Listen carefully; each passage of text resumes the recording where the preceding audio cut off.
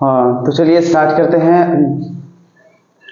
Class 11th में एक topic है जो जिसे आर.एच. व्हिटेकर ने 5 किंगडम क्लासिफिकेशन में जगह नहीं दिया। तो उसमें से एक है जिसका नाम है वायरस। तो वायरस को यूजुअली हम लोग 5 किंगडम क्लासिफिकेशन में इंक्लूड नहीं रखते हैं, क्योंकि वायरस लिविंग है ही नहीं। और अच्छा, वायरस को लिविंग क्यों नहीं कहते हैं? क्योंकि वायरस में सेल होता ही नहीं। देखो क्या लिखे, आसेलुलर। ठीक है, इसका मतलब क्या होता है?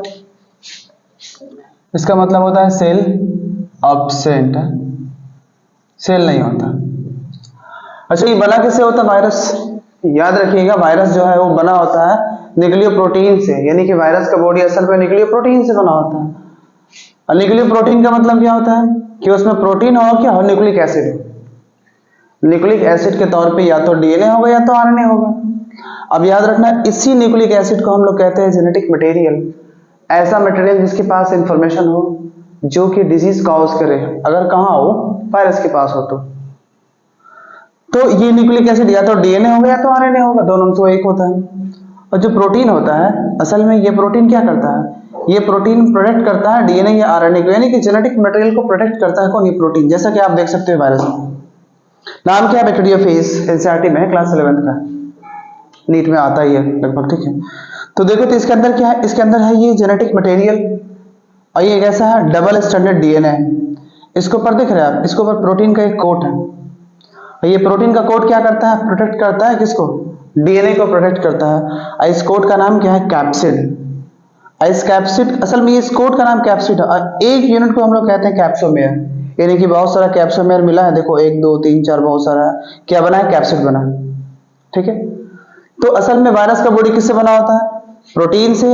ये कैप्सिड प्रोटीन है, और ये क्या है? डबल स्टैंडर्ड डीएनए, मतलब क्या है? न्यूक्लिक एसिड है, इसी से मिलकर बना होता है। याद रखना, दुनिया में कोई भी ऐसा वायरस नहीं जिसके पास डीएनए और आरएनए बोथ हो। एनसीईआरटी लिखा है, no any virus contains both the DNA and RNA. या तो डीएनए होगा जेनेटिक मटेरियल, या तो आरएनए होगा। किसमें? वायरस की बात करें, जिसका साइज कितना हो वायरस का? वायरस का साइज होता है 0.02 से लेकर के 0.2 माइक्रोमीटर के आसपास होता है। ठीक, अब याद रखना, वायरस, ऐसा वायरस जो प्लांट को इन्फेक्ट करे, ठीक है, वो सिंगल स्टैंडर्ड आरएनए होता है। SS RNA means single standard. Single stand मतलब होता है, देखो ऐसा, ये सिंगल स्टैंड है। ऐसा वायरस जो, देखो तो क्या लिखा हुआ, बैक्टीरिया को इन्फेक्ट करे, वायरस दैट इन्फेक्ट बैक्टीरिया, कैसा होता है? Double standard RNA. देखो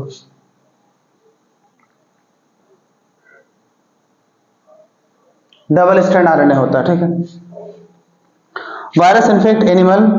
ठीक है, वायरस जो किसको इन्फेक्ट करे? एनिमल को करे।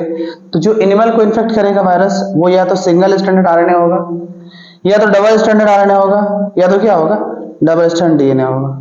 ठीक है, तो वायरस जो इन्फेक्ट करे किसको? बैक्टीरिया को, वो double stand RNA, sorry double stand RNA, double stand DNA. देखो ना ये वाला, ये ऐसा वायरस है जो बैक्टीरिया को इन्फेक्ट करता है, बैक्टीरिया को मार देता है। नाम क्या है? बैक्टीरियोफेज। अच्छा, नाम पे ना जाए कि बैक्टीरियोफेज मतलब ये बैक्टीरिया, फेज का मतलब वायरस होता है। असल में एक वायरस है, बैक्टीरियोफेज है क्या? बैक्टीरियोफेज एक वायरस है। तो ऐसा वायरस जो इन्फेक्ट करे बैक्टीरिया को, कैसा होता है? डबल स्टैंड डीएनए होता है। ठीक है, अगर एनिमल को करे तो सिंगल स्टैंड आरएनए हो सकता है, या फिर डबल स्टैंड आरएनए हो सकता है, या फिर डबल स्टैंड डीएनए हो सकता है। ठीक, आगे देखो, viruses are obligate parasite. Obligate means होता है कंपलसरी। ठीक है, यानी कंपलसरी पैरासाइट होगा तो होगा। ठीक, वायरस है क्या? वायरस असल में ना ही लिविंग है ना ही नॉन लिविंग है। असल में ये क्या, देखो तो कनेक्टिंग लिंक है between living and non living, यानी कि ये लिविंग और नॉन लिविंग के बीच की कड़ी है। अगर इनसाइड द सेल, यानी कि ह्यूमन बॉडी के अंदर रहे या किसी होस्ट के अंदर रहे, तो क्या करता है? वो रिप्लिकेट करता है देमसेल्फ, यानी कि अपने डीएनए को या फिर अपने आरएनए को डबल करेगा। उसे कहते हैं रेप्लिकेशन। रेप्लिकेशन का मतलब कॉपी बनाना, अपने डीएनए अपने आरएनए को। एंड किल दी होस्ट, और मार देता है किसको? जिसके अंदर रही। जैसे मान लो कि अगर आपके अंदर वायरस है तो आपको ऐसा ऐसा मार देगा। कैसे मारेगा? वो अपना कॉपी बनाएगा, अपने डीएनए को डबल करेगा, रेप्लिकेट करेगा, और नया नया वायरस पैदा करेगा। और वो क्या करेगा? वो फिर आपको मार सकता है। आप होस्ट हो गए अगर आपके अंदर वायरस है तो। अगर यही वायरस का हो आउटसाइड, यानी कि बॉडी के बाहर हो, तो कैसा होता है? किस फॉर्म में होता है? वो होता है इनर्ट क्रिस्टलाइन फॉर्म में रहता है।